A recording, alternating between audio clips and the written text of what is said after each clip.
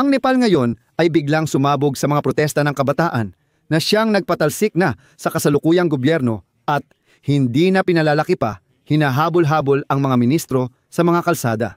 Sa kasamaang palad, nagdulot na ng mga biktima sa mga sibilyan ang mga protesta kahit na nagbitiw na sa pwesto ang punong ministro ng bansa. Tinawag na revolusyon ng Gen Z ang kasalukuyang protesta na di inaasahan ng mga nasa kapangyarihan. Sumiklab ang malawakang mga protesta sa kabisera ng Nepal, Kathmandu, kahapon, 8 ng Setyembre. Nagsimula ito nang i-block ng mga autoridad ang Facebook, X, YouTube at higit 20 iba pang social network at messaging app. Ang opisyal na dahilan ng pag-block ay ang kanilang pagtanggi na magparehistro sa bansa at sumunod sa sensura ng gobyerno.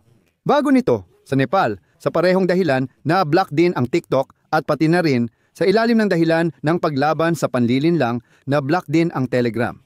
Sa gitna ng protesta, nilusob ng kabataang Nepali ang gusali ng parlamento at sinunog. Ganon din ang ginawa nila sa tirahan ng punong ministro at sa mga bahay ng ilang matataas na opisyal. Bilang resulta ng mga sagupaan sa pulisya, 21 katao na ang namatay at mahigit 400 ang nasugatan. Tara't alamin natin kung paano nagdulot ng pinakamadugong protesta sa makabagong kasaysayan ng bansa ang pag-block ng mga social media. Ako si Alexi Pechi. Pag-usapan natin ito, pero bago magsimula, may paalala muna ako. Araw. Lumabas agad ang ilang mga balita at analytical na ulat tungkol sa mga pangunahing kaganapan sa buong mundo para alam ninyo ang lahat ng balita. Kaya inirekomenda kong mag-subscribe kayo sa YouTube channel na ito at i-like ang video na ito.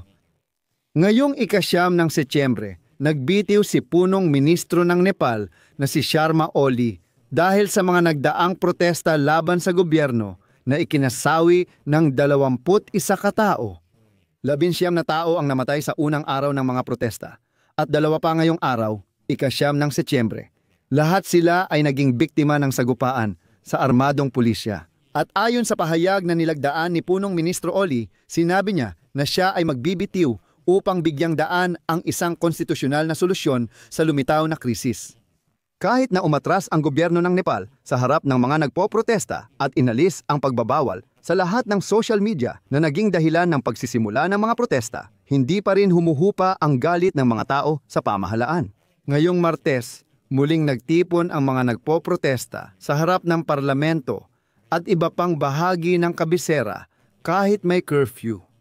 Bukod pa rito, kumakalat na sa internet ang mga video kung saan hinahabol at binubugbog ng mga Nepali ang mga ministro sa kalsada. At iniulat din na nitong Martes ang tirahan ni punong ministro Oli, ang tirahan ng dating punong ministro ng bansa na si Sher Bahadur Deuba at ng ilang pang kilalang politiko ay inatake at sinira ng mga nagpoprotesta. Nagkaroon din ng mga pag-atake sa punong tanggapan ng ilang partidong pampolitika. Bahagyang isinara ang pandaigdigang paliparan sa Kathmandu ayon sa ulat ng Civil Aviation Authority ng bansa. At ayon sa ulat ng Nepali Press na may sanggunian kay Ministro ng Komunikasyon na si Prithvi Subugurung, ang desisyon na alisin ang pagbabawal ay ginawa noong Lunes ng gabi. Bilang tugon sa mga kahilingan ng Generation Z na naging isang pangalan na sumisimbolo sa aktwal na revolusyon ng kabataan ng Nepal. Ang akses ng mga Nepali sa lahat ng sikat na social media ay isinara nitong mga nakaraang araw matapos utusan ng Korte Suprema ng bansa ang gobyerno na i-block ang 26 na kilalang social media sa mundo at sa Nepal. Kung hindi sila magpaparehistro sa Ministry of Communication sa loob ng 7 araw at hindi papayag sa buong pagmamanman ng nilalaman ng gobyerno. Sa ilalim ng salitang pagmamanman, nakatago ang isa pang salita, kumpletong sensura ng nilalaman sa mga social media. At wala ni isa sa mga pinakasikat na social media ang nagnais magparehistro at tumanggi ang gobyerno ng Nepal sa sensura. Ipinapaliwanag ng mga autoridad ang kanilang mga desisyon tungkol sa social media bilang isang kinakailangang hakbang laban sa mga pekeng balita, pagpapalaganap ng galit at online na panlilinlang. Sa totoo lang, sa Russia ngayon, ganito rin ang paliwanag nila na binablock o pinapabagal nila ang operasyon ng social media para labanan ang panlilinlang. At para dito ay gumawa pa sila ng sarili nilang sovereign messenger. Sa Russia, walang nagpoprotesta laban sa mga hakbang ng gobyerno ni Putin.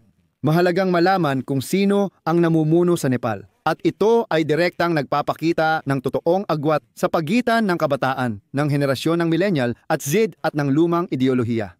Ang gobyerno ng Nepal ay bumuo ng koalisyon ng mga pangunahing puwersang pampulitika. Ang komunistang partido na tinatawag nilang Partido Marxista-Leninista at ang Sosyal Demokratikong Nepali Kongreso kasama ang dalawa pang partido. At heto ang nagbitiw na punong ministro na si KP Sharma Oli at ministro ng komunikasyon Prithvi Subba Gurung. Pareho silang komunista, tulad ng 7 pa sa 22 miyembro ng pamahalaan. Sila ay mga Marxista-Leninista, hindi lang basta komunista. Saan nagsimula ang lahat?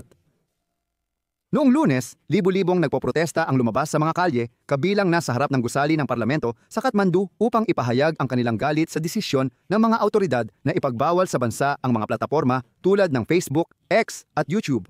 At syempre, kaugnay din ito ng pangkalahatang pagkadismaya sa mga namumuno. Tinaboy ng mga autoridad ang tao gamit ang water cannon, batuta at rubber bullets. Pero sa totoo lang, mula pa noong Biyernes ng nakaraang linggo, nahirapan na ang mga gumagamit sa Nepal na makapasok sa mga sikat na platform kahit na may ilan na gumagamit ng VPN para malampasan ang pagbabawal. Siyempre, pwedeng pag-usapan ang ideolohiya, pero may mas practical ding gamit ang mga social media para sa mga Nepali. Ang totoo, ang malayang pag-access sa internet at mahalaga sa mga social media ay napakahalaga para sa industriya ng turismo ng Nepal na bumubuo ng malaking bahagi ng kita ng bansa. Ibig sabihin, sa pinakamababa, kailangan talagang ipromote ang turismo nila gamit ang social media. Sa Nepal, milyon-milyong tao ang gumagamit ng social media at ang pinakasikat na platform ay ang Instagram. Ayon sa mga gumagamit, hindi lang libangan o balita ang gamit ng social media, kundi pangunahing para sa negosyo. May dalang placard ang mga nagpoprotesta na may slogan tulad ng "Tama na at tapusin ang korupsyon." Maraming lumahok sa kilos protesta ang nagsabing lumabas sila laban sa autoritarian na pamumuno sa kanilang bansa. Ayon sa kanila, ang gobyerno ay lubog sa korupsyon at hindi tinutupad ang mga pangako nito sa paglutas ng mga problemang pang-ekonomiya ng bansa. Maraming mga nagpoprotesta ang umamin na ang pagbabawal sa mga social media ay naging huling patak lamang.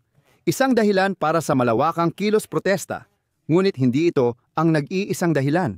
Ang pangunahing dahilan ay ang korupsyon ng mga komunista. Sinasabi nila na ang pagbabawal sa social media ay may layuning patahimikin ang mga Nepali, kaya't nagpunta ang mga tao upang marinig ang kanilang tinig laban sa kawalang katarungan. Ipagpapatuloy nila ito hanggang walang pagbabago.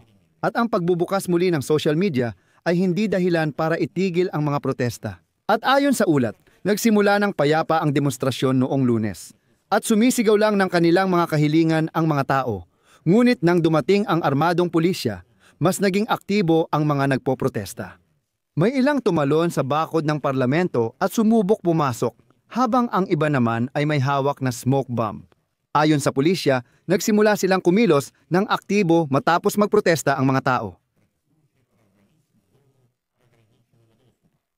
Kapansin-pansin ang pangyayari sa isang ospital sa Kathmandu kung saan dinala ang maraming nasugatan.